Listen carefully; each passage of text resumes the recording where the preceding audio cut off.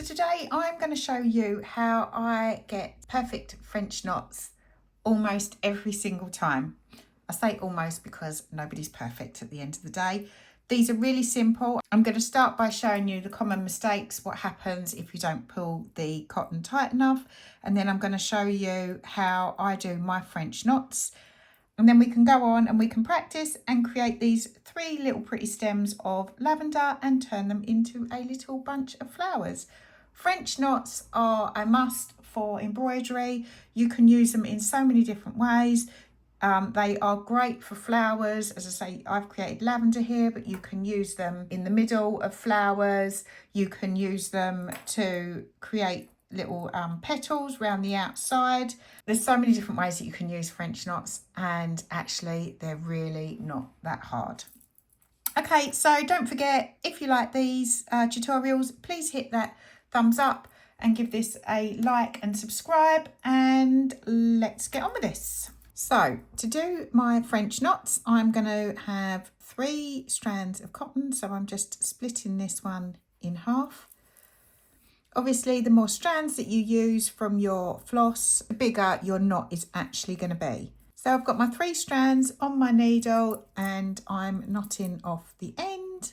I've also made sure that I've got my canvas on my hoop and it's all pulled nice and tight, because I find it helps if it's all nice and tight and you've got some tension on it. So the main issues that people have with their French knots is that they don't hold their cotton tight enough. So we always start from underneath, you bring it up, but if you wrap it round twice, 1, 2, and you go back through almost the same hole. If you're not pulling that tight, if you've got no control over this thread, it's going to go through and you are going to end up with a floppy knot that's, well, just looks a mess. But if you come up through your canvas, you wrap it tight, 1, 2, push it down almost back through the same hole. Make sure you use your spare hand to hold this, and I'm pinching it from both sides. And I've got my bits of cotton that I wrapped round twice, pushed down the bottom, and then I'm just going to pull that through. Keeping my hand on it right until the last minute. Then I'm going to release to my nail to just hold it even closer. And then as we get right to the end, I'm going to go slow and pull that through. And there you go. It's that simple to get your perfect French knot every time. While you're getting the hang of doing these, it's best to keep it nice and slow when you're doing it. So up, wrap round twice. I mean, you can wrap round more if you want a bigger knot, but I tend to find twice works for me. Back through almost the same hole.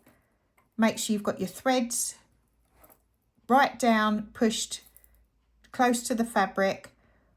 You're using your spare hand to pinch. Push your needle through,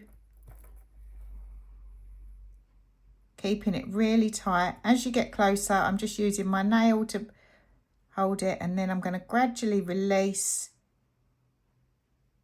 Just going nice and slow, taking my time. And as you can see, there's a big difference between this floppy knot and these 2 perfect French knots. And it's literally that easy to get a perfect French knot every time. And as you get used to doing this and the technique, you're going to be flying through these in no time. So quick recap, up from the bottom, pull it right through. Your spare hand, you use that to wrap the cotton round your needle, 1, 2. Push your needle almost back through the same hole. Use your spare hand to pinch the cotton that's closest to the fabric really nice and tight, and make sure your threads are pushed down the bottom. Pull your needle right through. As you're getting close, release and let it get closer and closer. Keep it nice and slow. Pull it through, and there we go. Then you've got your French knot. Why don't we just do a little practice and just do a little spray of flowers? So I'm just going to trim these off. So I've got a nice clean canvas. So there we are back to our plain canvas. I've still got my green thread on, and I'm just going to literally put in a few straight stitches. Now I've got my stems, I'm just going to practice my French knots. I've just got this pretty lilac-y colour on, and I'm going to just create some lavender. French knots are great for flowers, especially lavender and middles of flowers. You can use them for loads of different things. So 1, 2, put your needle almost back to where it was, pinch that nice and tight, keeping a nice firm hold until the end.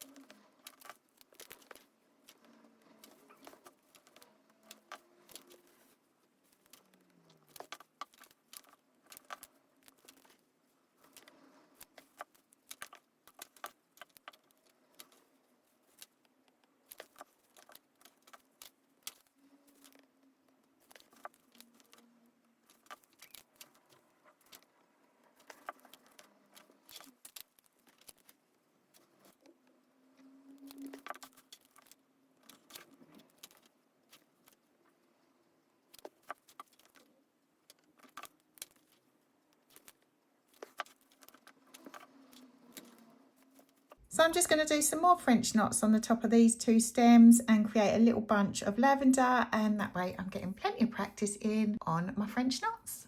So here I am, just coming to the end of my 3rd spring of lavender, and there we go. So now I've just got plenty of practice at my French knots and created 3 lovely stems of lavender. All I'm going to do now, just to finish it off, is I've just got some yellow cotton. Got my 3 strands again. This time I'm going to go from the top really close to that 3rd stem and then just bring it back up.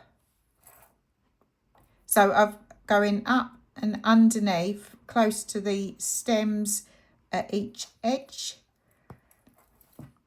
Pull that through. There's no knot on this. I'm going to pull that through, take my needle off, even up the cottons, just put a little knot in the middle, hold that nice and tight, and then secure this one just to knot it. And now I'm just going to create a little bow. Once you're happy with your little bow, all you've got to do now is just trim off your tails.